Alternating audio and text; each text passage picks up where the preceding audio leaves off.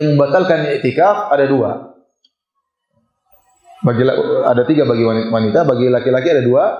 Yang pertama batal i'tikaf kalau berhubungan dengan istri, jelas i'tikafnya batal. Kata Allah, "Wala tubashiruhunna wa antum aqifuna fil masajid." Jangan kalian menggoda istri kalian sementara kalian sedang i'tikaf.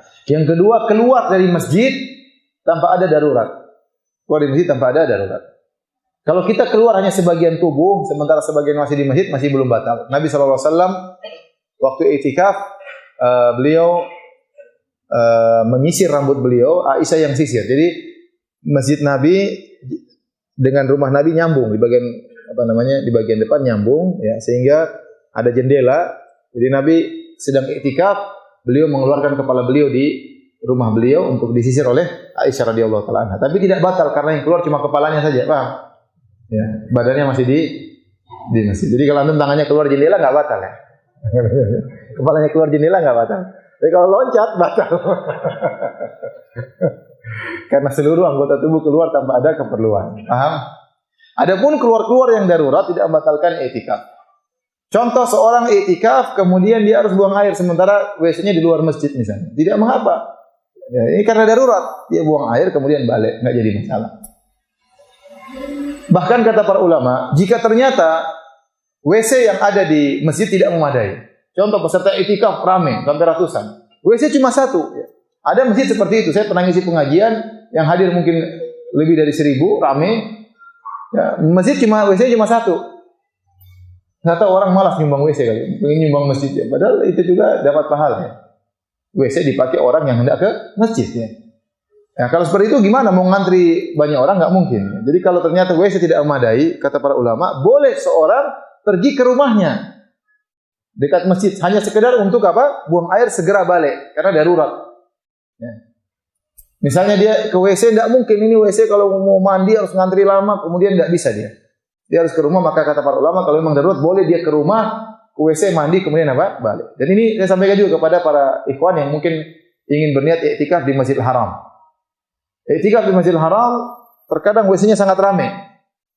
Kalau dia bisa tetap di situ ya tidak apa-apa, tapi kalau ternyata sangat ramai ya, tidak mengapa dia pergi ke hotel. Misalnya ada sebagian orang i'tikaf tapi dia hotelnya dia sewa kamar satu. Maka tidak mengapa dia buang air kemana? Ke hotelnya, mandi, langsung balik. Jangan setelah buang air di malam hari, kemudian mandi, kemudian minum kopi dulu di hotel, batal kalau begitu. Harus segera apa? Segera balik. Kemudian keluar yang darurat, contohnya seperti keluar untuk cari makan. Seandainya seorang ikut i'tikaf, kemudian panitia menyediakan makanan, maka dia tidak boleh keluar makan dari yang disediakan. Tapi kalau ternyata makanannya kurang atau kadarullah dia tidak bisa makan makanan tersebut, dia nggak suka dikasih daging, dia tidak pernah makan daging, seumur hidup nggak suka makan daging. Ya. Maunya daging tempe, ya. Daging tahu. Ya.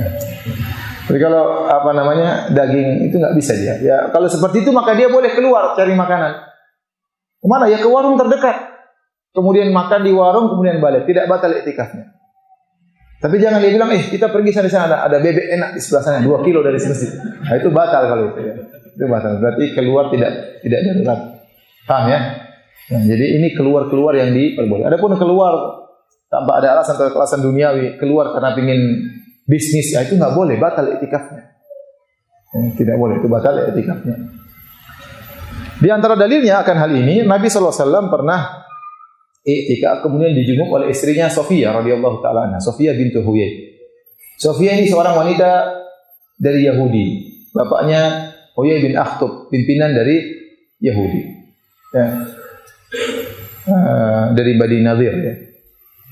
Kemudian diserang oleh Nabi dan para sahabatnya sehingga bapaknya tewas, suaminya tewas, kakak tewas, saudara-saudaranya tewas. Sofia selamat. Kemudian jadi Sofia ini orang tuanya, keluarganya semua dibunuh oleh para sahabat atas perintah Nabi tentunya. Kemudian dinikahi oleh sang pembunuh. Dinikahi oleh siapa? Nabi SAW atau sang pemimpin dari musuh orang tua. Maka waktu Nabi nikah dengan Sofia, tentunya Nabi harus memberikan perhatian lebih khusus kepada Sofia. Namanya seorang wanita sedih, bapaknya, kakaknya, ya. Sampai waktu Nabi pertama nikah sama Sofia, ada sahabat yang mengelilingi kemahnya Nabi. Nabi bilang, kamu ngapain sini? Saya takut ini Sofia nanti macam-macam ya. karena khawatir Sofiyah dendam tiba-tiba, ya.